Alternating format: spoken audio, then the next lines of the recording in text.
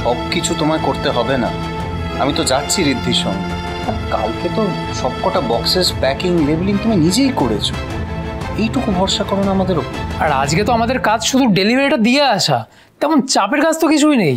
তুই বরং বাড়িতে থাক, পাটাকে একটু রেস্ট দে। বড়দা ভাই, রীতি কিন্তু বাইরে অনেকক্ষণ ধরে ওয়েট করছে, চল। তুই যা, আসছি।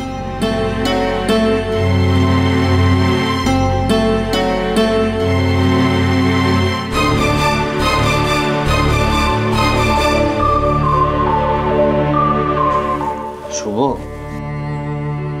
এভাবে যদি তুমি মুখ বেজার করে বসে থাকো তাহলে কিন্তু সত্যি ডেলিভারি দিতে প্রবলেম হয়ে যাবে।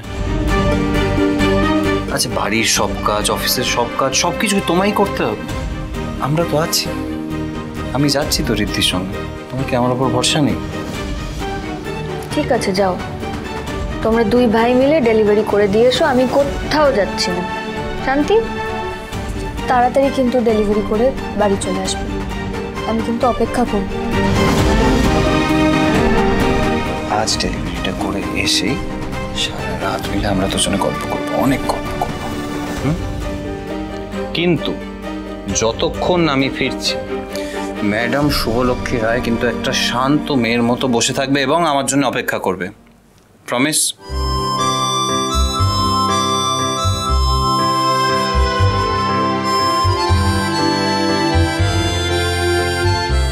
আমি জানি এবার থেকে আমাদের সঙ্গে যা হবে ভালো হবে। আসছি।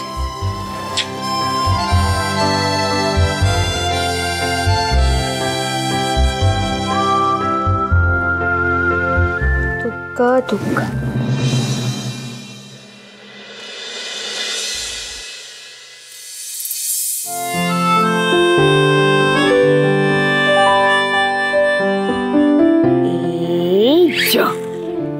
সিল, তোমার সাথে বড়দা ভাইয়ের কথা হয়েছে যে ওরা কখন আসবে, কিছু জানিয়েছে? ওদের ডেলিভারি করা হয়ে গেছে, ওরা বেরিয়েও পড়েছে। বাড়ি ফিরতে যেটুকু যা সময় লাগে। জানো তো, আমি না খুব হ্যাপি, আমাদের বিজনেসটা আবার শুরু হচ্ছে, খুব হ্যাপি লাগছে, তাই না? সত্যি রে, ঠাকুরের আশীর্বাদে বিজনেসটা আবার আগের জায়গায় চলে যাক, তাহলেই দেখবি আমাদের আর কোনো চিন্তা থাকবে না।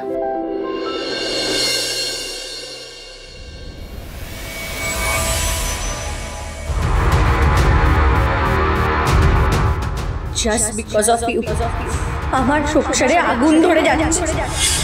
এবার যাও, নিজের বরকে জড়িয়ে ধরে ঘুমো। বিজনেস তো শুরু হলো, সবার মুখেই হাসি, শুধু টোনাই ঠিক নেই। ও যে কেন আমাকে সারাক্ষণ এত হিংসে করে, ও কেন এটা বোঝে না যে ওর এই হিংসে আমার চেয়েও বেশি ওরই ক্ষতি করছে। না, আমাকে ওকে বোঝাতে হবে, ওর মনের ভুল ভাঙতে হবে। বাড়ির মধ্যে দুটো লোক সারাক্ষণ মুখ ভার করে থাকবে, তা তো হতে দেওয়া যায় না। সময় সুযোগ বুঝে ঋদ্ধি আর টোনার সঙ্গে আমি কথা বলবো, ভালো করে বোঝাবো।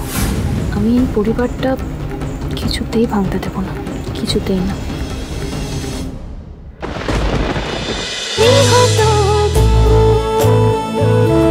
গৃহপ্রবেশ সোম থেকে রবি রাত 10টায় স্টার জলসায় ও জিও হটস্টারে।